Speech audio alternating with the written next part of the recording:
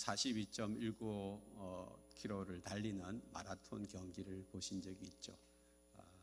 저도 올림픽의 황영조 선수가 이렇게 마라톤에서 금메달 따는 장면이 지금도 눈에 선합니다.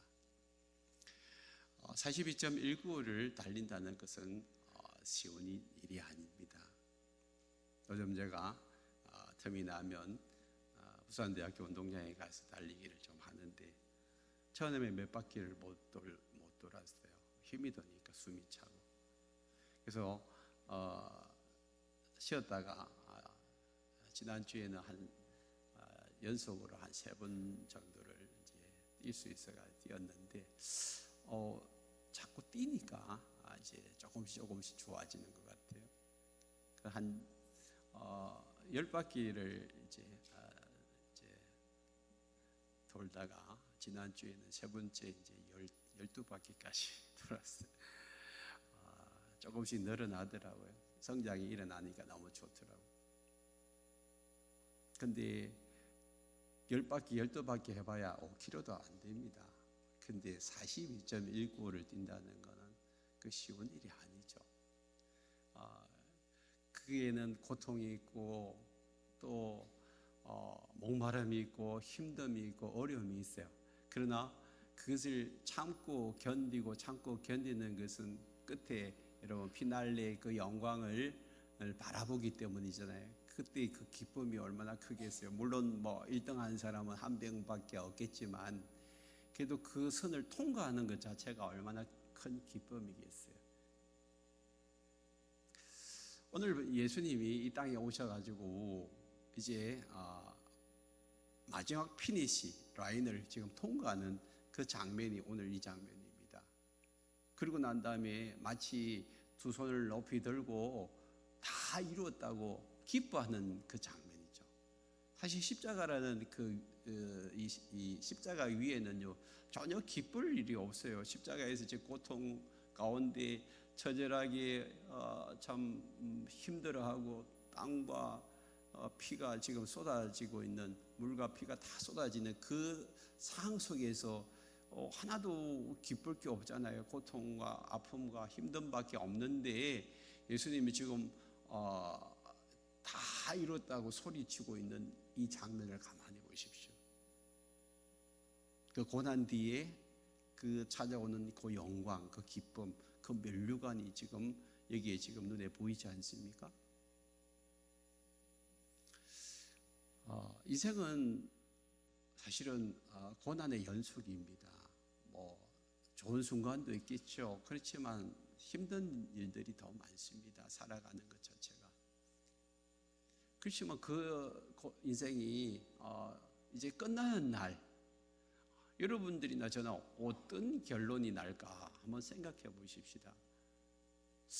참 잘 살았다. 내가 너무 잘 살아간 것 같아. 힘들지만 어렵지만 고통스러웠지만 참 잘 살았다라고 그렇게 결론 짓는 그런 인생이라면 참 멋진 인생 아닐까요?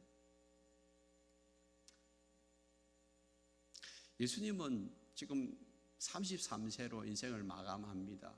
그런데도 불구하고 다 이뤘다고 그렇게 소리 지르잖아요. 우리는 자꾸만 시간을 핑계 대는 사람들이 많습니다. 내가 시간이 없었어. 내가 얼마 못 살아서 아직도 내 인생의 그 목적이나 또 해야 될 사명을 잘 감당하지 못한다라고 생각하는 사람들이 많습니다. 근데 예수님을 보십시오. 33세잖아요. 이 짧은 인생에서 그의 모든 그런 목적을 다 달성한 것입니다. 그냥 조그만 목적이 아니라 전 인류를 오가는 모든 인류를 구원해 내시는 그 놀라운 목적을 달성하시고 예수님이 다 이루셨다라고 그렇게 고백하는 것입니다. 그렇다면 우리가 지금 얼마를 살아왔습니까? 예수님보다 아마 여기 계신 분들은 더 사신 분이 대부분일 거예요. 그죠? 그렇다면 지금 나는 중간 단계라고 생각하시고 아니면 3분의 1이라고 생각하시고 지금 내가 목적대로 쓰임 받다가 후회 없는 생을 마감하고 있냐는 거예요. 그런 순간들을 지금 지나고 있냐는 거예요.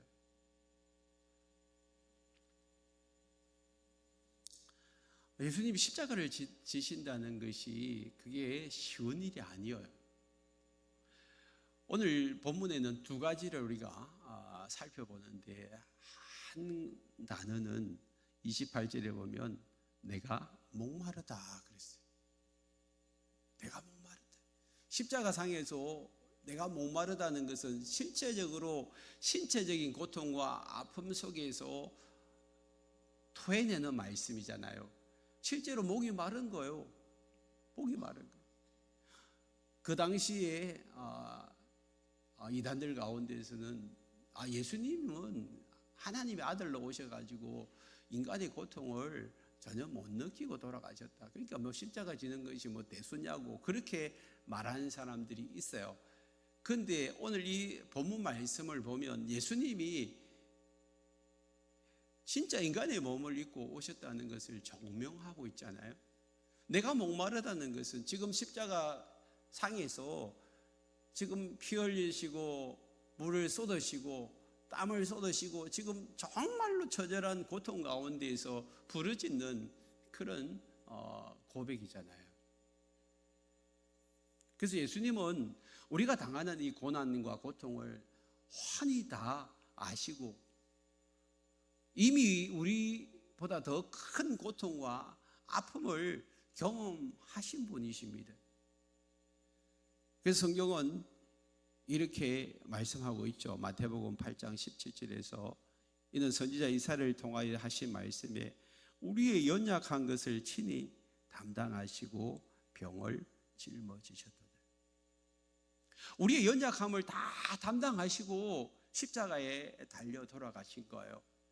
그 사실은 십자가에서 예수님은 이제 테텔레스타이 다 이뤘다고 말씀하신 것은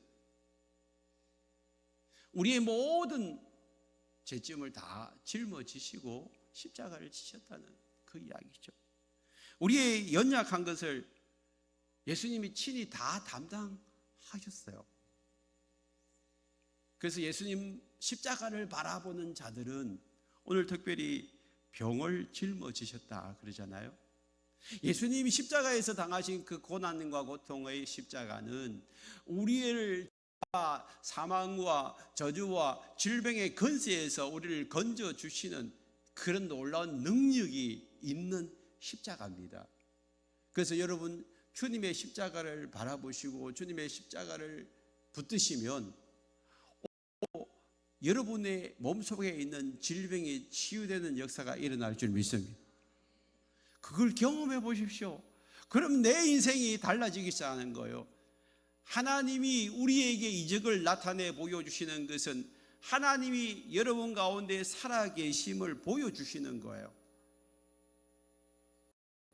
우리의 연약함을, 우리의 질병과 우리의 여러 가지 고통과 아픔, 우리의 부족함을 여러분 주님은 친히 다 담당을 하셨어요. 뿐만 아닙니다. 히브리서 4장 15절에 보면 우리에게 있는 대제사장은 우리의 연약함을 동정하지 못하실 이가 아니요 그랬어요. 모든 일에 우리와 똑같이 시험을 받으신 이로되 죄는 없으시니라. 그래서 예수님은 친히 여러분 당하고 있는 이 고통과 아픔과 힘듦을 예수님 먼저 십자가에서 당하셨어요. 그래서 여러분들을 지금 동정하기를 원하세요. 그럼 우리가 어떻게 해야 되죠? 로마서 8장 26절을 보세요. 이와 같이 성령도 우리의 연약함을 도우시다니 우리는 마땅히 기도할 바를 알지 못하나 오직 성령이 말할 수 없는 탄식으로 우리를 위하여 친히 간구하시느니라. 우리의 연약함을 돕기 위해서 기다리고 계세요. 그래서 여러분들이 십자가 앞에 나아가서 주님 앞에 기도하고 간구할 때에 여러분 기도할 줄 몰라도 성령이 말할 수 없는 탄식으로 우리를 위하여 친히 간구하신다고 말씀하셨으니까, 여러분 기도의 자리에 앉아 있으면 성령님께서 여러분들에게 무엇을 기도해야 될지를 가르쳐 주시고 그 기도를 따라 하기 시작할 때에 우리의 삶 속에서 놀라운 은혜와 능력이 나타나는 줄 믿습니다. 우리를 돕는 분이 성령님이잖아요. 예수를 믿고 나면 우리에게 성령이 오세요. 여러분들이 예수를 믿고 난 다음에 성령을 받지 못하신 분들은 아직도 예수 믿는 사람이 아니에요. 내 안에 성령이 계신지 안 계신지 모르겠습니다. 큰일 날 이야기죠. 내 아내가 누군지 모르겠습니다 하는 말하고 똑같은 거예요. 내 남편이 누군지 모르겠습니다 라는 거와 똑같은 거예요. 같이 살면서 왜 모르겠어요? 그죠? 알죠. 내 안에 성령님이 계신다는 것을 여러분들이 인식을 하는 것이 정상인데, 성령을 모르면 당연하다고 생각하는 것은 그건 비정상이에요. 지금까지 여러분 어떻게 신앙생활을 해오시는지 몰라도, 여러분 우리 샘물교회에서 신앙생활 하시는 분들은 내 안에 예수를 믿고 나면 성령이 오신다는 사실을 분명히 믿으시길 바랍니다. 그래서 내 말과 행동이 달라지는 거예요. 내 삶이 달라지는 거예요. 예수를 믿고 난 다음에 행동이 달라지는 거예요. 성령이 내 안에 계시기 때문에 그런 거예요. 부부 20년, 30년 살면 닮아진다고 하죠. 뒷모습을 보면 많이 닮았구나라는 그런 이야기를 합니다. 그러면 예수님을 믿고 난 다음에 여러분 성령이 내 안에 오고 나면 점점 내가 예수님 닮은 모습으로 바뀌어지는 거예요. 저분 예수님 닮았네 라고 그렇게 인정을 받아야 돼요. 나도 모르게 그런 말과 행동이 나오잖아요. 저도 저희 아파트에서 제가 목사입니다 하고 소리치고 다른 적 없는데 요즘은 저를 보면 목사님 그래요. 밑에 우리 14층 그 남자분도 담배 피우러 나가시면서 목사님 그리고 우리가 예수님을 닮아가다 보면 사람들이 알아요. 우리가 예수 믿는 사람인지 안 믿는 사람인지, 예수님을 모르는 사람인지 아는 사람인지 다 알아요. 그건 성령이 내 안에 계시기 때문에. 성령이.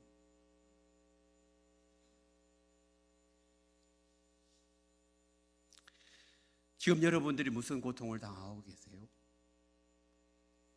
무슨 아픔이 있어요? 무슨 힘듦이 있어요? 여러분 정말 여러분들이 십자가산에서 예수님이 처절하게 고통을 당하시고 멸시와 무시와 조롱을 당하시면서 죽어가시는 그 예수님과 같은 고통을 여러분 경험해 보셨냔 말이에요.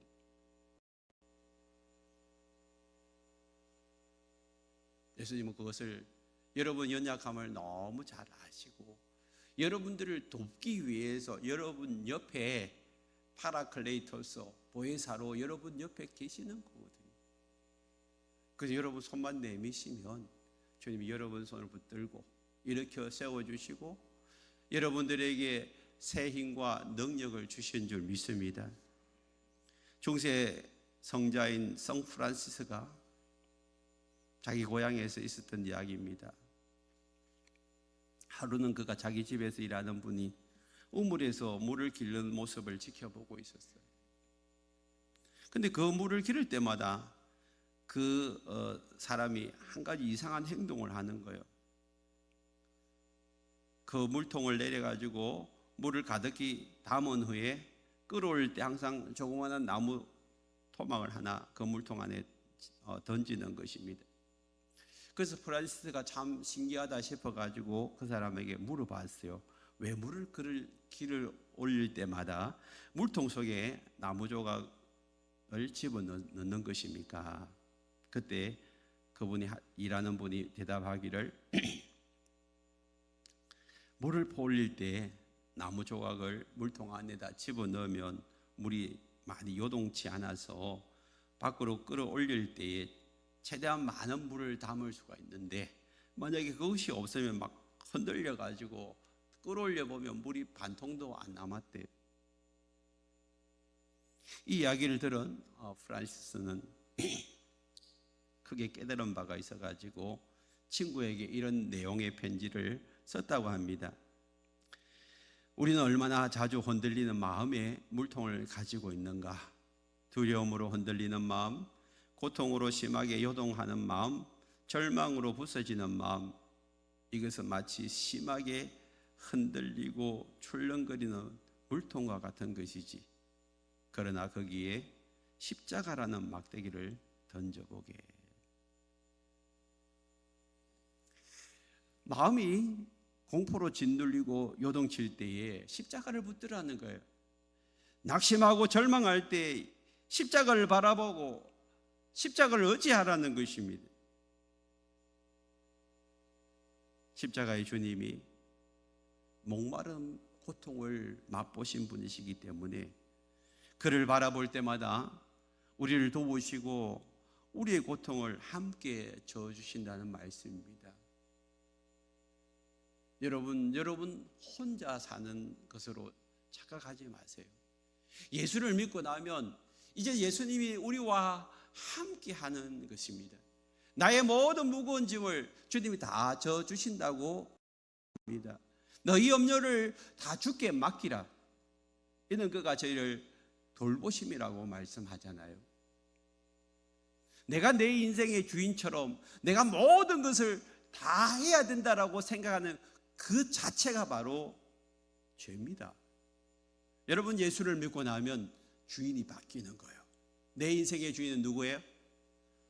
예수님이잖아요. 예수님. 하나님이 내 인생의 주인이면 나는 이제 주인 되신 주님께 내 인생을 맡기는 거예요. 내 삶의 문제를 맡기는 거예요. 내 고통의 문제를 맡기는 거예요. 맡기고 난 다음에는 내가 책임질 이유가 없죠. 주인이 해결해 주시는데요. 해결해 주시는. 자식이 아버지한테, 부모님한테 자기의 문제를 이야기하고 맡기잖아요. 그러고 난 다음에 이야기해놓고도 고통스러워하고 힘들어하면 부모가 얼마나 마음이 안타깝겠어요. 야, 이 자식아, 내가 알아서 할 테니까 너는 이제 더 이상 염려하지 마, 걱정하지 마. 그러지 않어요? 여러분 자녀들에게 그러지 않아요? 오늘도 우리가 하나님 앞에 나의 삶의 문제를 맡기면 우리의 연약함을 다 아시는 분이 우리의 문제를 해결해 주실 줄 믿습니다. 그거 어떻게 알아요? 오늘 주님 말씀하잖아요. 30절에서 예수님이 십자가에서 다 이루셨다 그랬어요. 다 이루셨다, 이 말은 뭐예요? 헬라로 테텔레스타이예요. 테텔레스타이. 테텔레스타이라는 말은 과거에 일어난 일이 현재와 미래까지 영향을 미친다는 현재 완료 수동태, 완료 수동태. 그래서 우리가 하나님이신 예수님이 십자가에서 행하신 그 일이 2000년 전에 우리 가운데 일어난 일이지만 그것이 지금 우리 현재에도 영향을 미치고 앞으로도 영향을 미치는 것인데 그 테텔레스타이가 다 이루었다는 거예요. 모든 걸 다. 여기서 첫 번째 의미가 예수님이 우리의 죄와 사망과 저주와 질병에 묶여있는 우리를 풀어주시기 위해서 모든 값을 지불하셨다는 거거든요. 마치 노예가 풀려나기 위해서 그 사람의 그 노예 값을 누가 대신 지불하면 그 노예에서 벗어나는 거예요. 해방되는 거예요. 마치 우리는 죄와 사망의 노예에서 묶여있는 우리다. 예수 그리스도께서 십자가에서 그 죄값을 치루심으로 말미암아 더 이상 우리는 죄와 사망과 저주와 질병의 권세에 묶이지 아니하고 거기서 해방된 줄 믿습니다.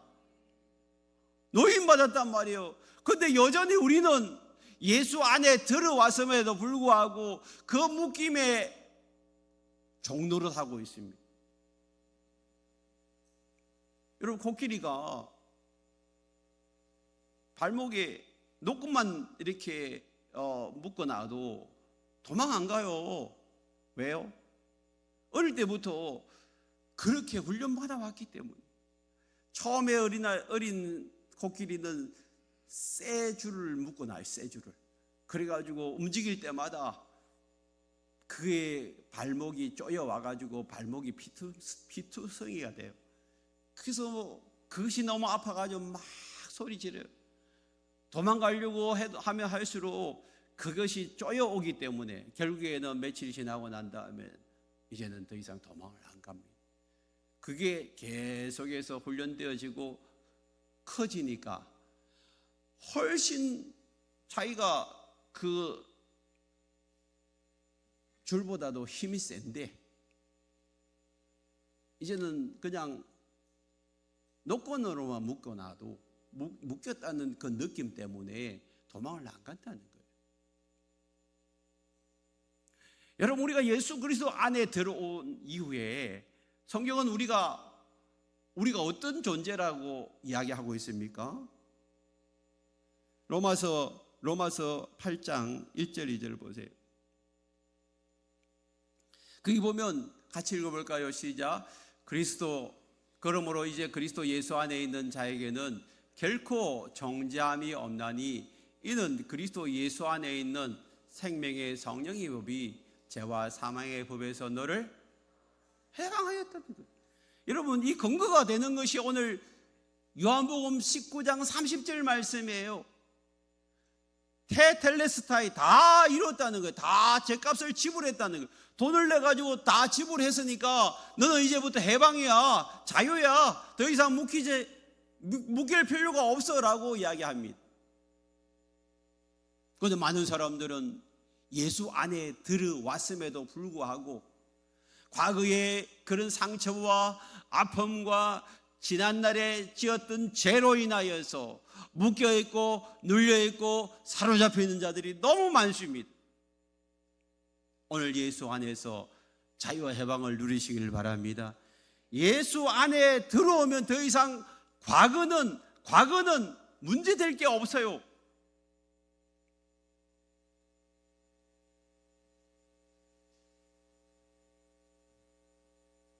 사랑은 뭔 줄 아세요? 사랑은 용서하고 잊어버리는 것이 사랑. 진짜 아내를 남편이 사랑한다면, 아내가 남편을 사랑한다면 과거의 잘못에 대해서 그냥 용서해버리고 잊어버려야 진짜 사랑하는 거예요. 하나님이 우리를 십자가에서 사랑해 주셨는데 여러분, 그 사랑이 어떻게 표현되어집니까? 과거에 내가 지은 모든 죄를 용서하시고 사랑하시는 거예요.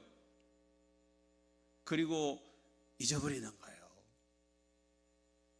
성경에 보면 한 인물이 나옵니다. 누구일까요? 사도 바울이. 성경에 보면 사울이라는 청년이 예수 믿는 사람들을 잡아 죽이기 위해서 온 예루살렘을 쑥대밭으로 만들어 놓고 그 다음에는 이스라엘을 넘어서 지금의 시리아 다마스커스까지 예수 믿는 사람 잡아 죽이려고 가다가 예수님이 그를 찾아와서 만나 주시죠.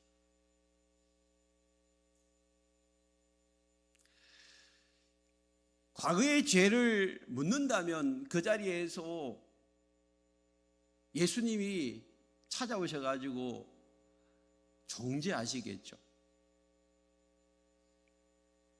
그런데 예수님이 찾아오셔서 사울아, 사울아, 왜 나를 핍박하느냐 그렇게 물어봐요. 사실은 예수님을 핍박한 게 아니고 예수 믿는 교회를 핍박했거든요. 그런데 예수님은 교회가 곧 나라 생각해요. 교회가 나. 그래서 예수님을 핍박하는 것은 교회를 핍박하는 것이고 교회를 핍박하는 것이 곧 예수님을 핍박하는 거예요.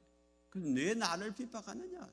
예수 믿는 사람들이 모이는 교회를 핍박하는 것을 가리켰어요. 그래서 누구냐고 물어보니까 네가 나를 핍박하는 예수라고.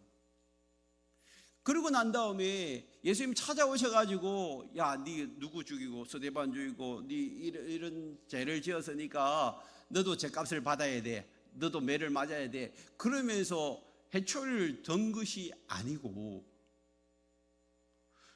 찾아오시고 난 다음에 예수님은 그 바울을, 사도 바울을 용서해 주시고 과거를 다 잊어버리고 그에게 이방인을 전도하라고 사명을 주시잖아요. 그게 사랑이에요. 그게 사랑. 그래서 예수님이 테텔레스타이라고 그렇게 고백한 그 고백의 첫 번째는 모든 죄값을 다 지불하시고 모든 이제 죄와 사망의 권세에서 우리를 해방하셨다는 그 의미고, 두 번째는 뭐예요? 하나님의 사랑을 우리 가운데 나타내 보여주셨다는 거예요. 그 사랑을 우리에게 표현해 주신 거예요. 십자가의 사랑. 로마서 5장 8절에 이런 말씀이 있어요. 같이 읽어볼까요? 시작. 우리가 아직 죄인 되었을 때에 그리스도께서 우리를 위하여 죽으심으로 하나님께서 우리에 대한 자기 사랑을 확정하셨느니라. 언제예요? 우리가 죄인 되었을 때, 구원받을 수 없는 자기가 없을 때에 예수님이 이 땅 가운데 오셔서 십자가에서 죽으시고 테텔레스타이 하신 거예요. 하나님의 사랑을 우리 가운데 나타내 보여주신 거예요. 그래서 우리의 과거를 다 잊어버리시고 용서해 주시는 거예요. 다 잊어버리고. 그래서 우리가 예수 그리스도 안에 들어오기만 하면 과거에 어떤 죄를 지었든지 간에 어떤 사람이든지 어떤 삶을 살았든지 그건 상관없는 거예요. 하나님이 다 잊어버리시는. 그래서 예수 그리스도 안에 들어오면 이전 것은 지나갔으니 새 것이 되는 거예요. 예수 그리스도 안에서 새로운 피조물이 되는 거예요. 정말 예수님 안에 여러분들의 삶을 들여보세요. 오늘부터 여러분 삶은 달라질 줄 믿습니다. 새로운 삶이 시작되는 거예요. 여러분, 예수를 믿고 난 다음에 좋은 게 뭐냐 하면, 불교에서는 그러잖아요. 뭐 여기서 착하게 살면 죽고 나서 이렇게 좋은 사람으로 태어나든지 뭘 다르게 태어난다고 하죠. 그게 아니에요. 여러분, 죽고 나서가 변화되는 게 아니고, 여러분, 우리가 기독교에서 말하는 변화는요, 예수를 믿는 그 순간부터 이 땅 가운데서 가는 동안에 새로운 삶이 시작되는 줄 믿습니다. 제2의 인생이 지금부터 시작되는 것이죠. 과거가 아니고 미래도 아니고 현재부터. 여러분, 새 삶을 살기를 원하십니까? 하나님께서 은혜 주시면요, 여러분 마음도 달라지고 삶도 달라지고 여러분 육체도 달라지고 하나님의 은혜가 여러분 제한이 없어요. 영혼육을 다 변화시키는 그런 놀라운 역사가 일어날 줄 믿습니다. 그게 바로 십자가에서 이루신 테텔레스타이, 그 은혜 때문에, 그 은혜 때문에. 이 십자가에서 이루셨다는 것은 하나님의 또한 궁극적인 구원의 계획이 이루어지는 거예요. 아담 이후로 하나님과의 관계가 단절되어지고 멸망을 받아야 될 이 인류가 예수 그리스도가 오심으로 인하여 십자가에서 모든 죄값을 치르시고 하나님의 사랑을 나타내신 그 결과 이 인류는 구원을 얻는 놀라운 역사가 일어난 것입니다. 저와 여러분도 마찬가지예요. 예수님이 십자가에서 테텔레스타이 다 이루신 결과 오늘 우리가 구원받아 하나님의 자녀가 된 줄 믿습니다. 이 놀라운 은혜를 우리가 경험을 했다면 이제부터 우리가 어떤 삶을 살아야 할까요? 그 사울이라는 청년이 예수를 믿고 난 다음에 이제 이름이 바뀌어져요. 이제는 사울에서 바울로. 이름이 바뀌고 난 다음에 그가 어떤 삶을 살았는지 성경은 이렇게 이야기합니다. 빌립보서 3장 12절, 내가 이미 얻었다 함도 아니요 온전히 이루었다 함도 아니라 오직 내가 그리스도 예수에 잡힌 바 된 그것을 잡으려고 달려가노라. 그는 예수님에게 잡혔어요. 그는 예수 믿는 사람들을 잡아 죽이려고 가는 그 다메섹 도상에서 예수님이 찾아오셔서 잡혔단 말이에요. 이제 잡힌 바 된 그것을 잡으려고 달려가는 거예요. 잡으려거든. 그냥 가는 것이 아니라 달려간 것이. 달려간 것. 여러분, 그냥 걸어가도 되잖아요. 왜 그는 달려간다라고 표현할까요? 마음이 급한 거예요. 마음이 급한 달려가잖아요. 자기가 지금까지 예수를 핍박하고 살아왔는데 예수님을 진짜 만나고 보니까 와, 자기가 지금까지 살아온 삶이 이게 얼마나 잘못된 삶인지 이제는 완전히 돌아서야 되잖아요.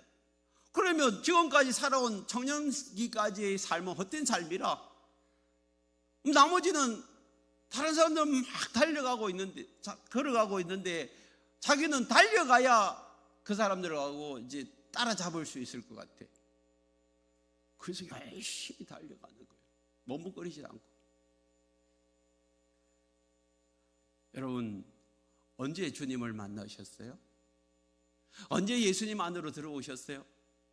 많은 사람들은 전도하다 보면 아유, 내가 나이 들면 예수를 믿죠. 뭐 할 일이 없으면 예수를 믿고 이제 뭐 죽기 직전에 예수를 믿죠. 그렇게 이야기합니다.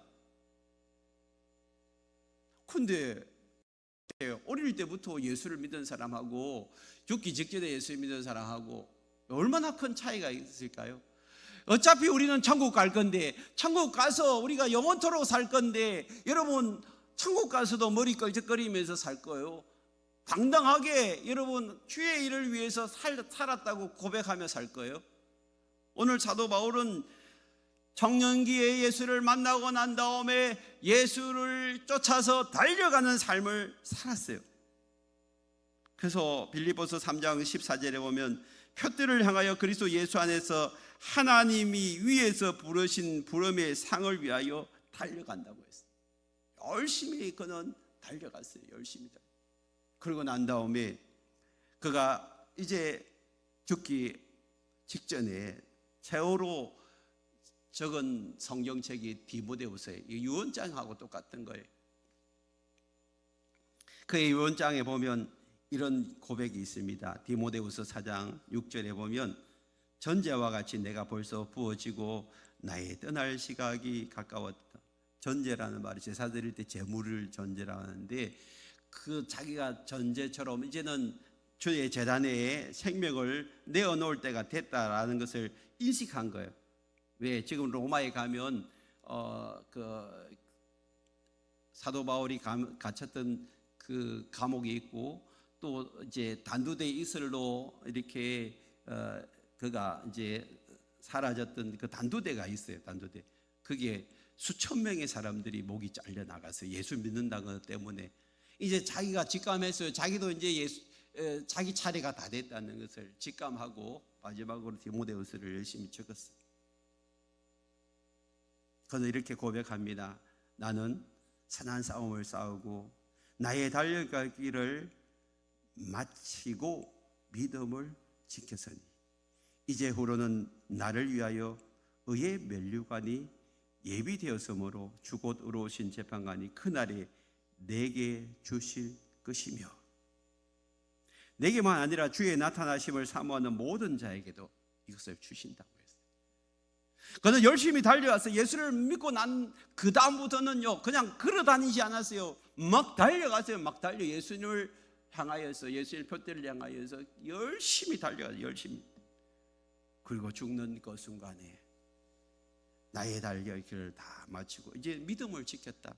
나를 위해서 의의 면류관이 예비되어졌다. 마치 예수님이 십자가상에서 테텔레스타이라고 외친 그 외침이 사도 바울의 입에서도 동일하게 나오는 외침이 되어진 거예요. 여러분, 오늘 여러분 인생이 마감하는 날에 예수님처럼 테텔레스타이를 외칠 수 있는 자가 되길 바랍니다.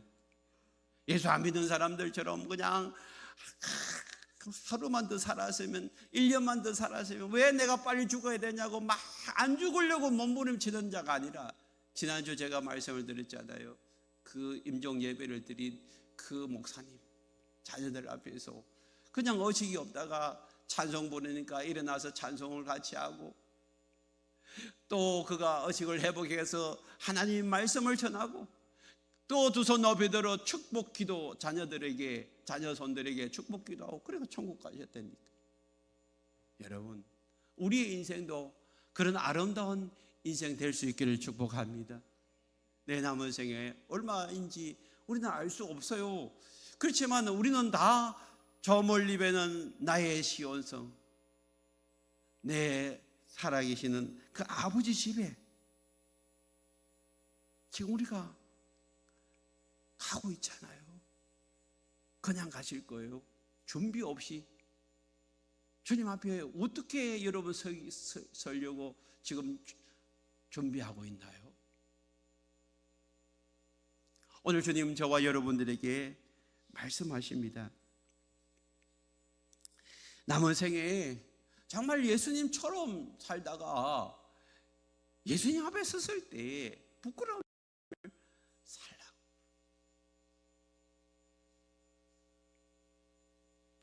오늘 저와 여러분들은 한 걸음 한 걸음 점점 죽음을 향하여서 주님 앞에 설 날을 향하여서 나아가고 있습니다. 천국 참 좋은 곳이죠. 우리가 영원토록 살아야 될 것입니다. 그렇지만 여러분, 준비 없이 가지 말자는 거예요. 준비하면서 가자는 거예요. 이 땅이 전부라고 생각하면서 이 땅에서 영원히 살 것처럼 착각하지 마세요. 얼마 후에는요, 힘이 없어가지고 그냥 지팡이 짚고 다니고 좀 있다가 그냥 세상을 떠날 날이 온단 말이에요. 그날 우리가 섰을 때 이런 뭐라고 자녀들에게 뭘 이야기를 할 수 있을까요? 내가 내 남은 생에 정말 의의 면류관을 바라보면서 사도 바울처럼 힘있게 달려왔다고 그렇게 고백하는 그런 사람들이 다 될 수 있기를 축복합니다. 살아계신 하나님께서 오늘 저와 여러분들에게 주시는 이 음성을 좀 들었으면 좋겠어요. 테텔레스타이가 예수님의 입에서 나오셨어요. 예수님은 우리의 모든 죄짐을 다 지시고 우리가 근접할 수 없는 그런 놀라운 일을 행하여 주셨습니다. 그렇다면 이제 우리도 예수님을 닮아가야 되지 않습니까? 예수님을 닮아가야 돼요. 예수님이 그 길을 달려갔다면 사도 바울이 예수님처럼 닮아서 이제는 그가 그에게 주신 사명 감당하기 위하여 표대를 향하여서 열심히 달려갔습니다. 열심히 달려갔어요.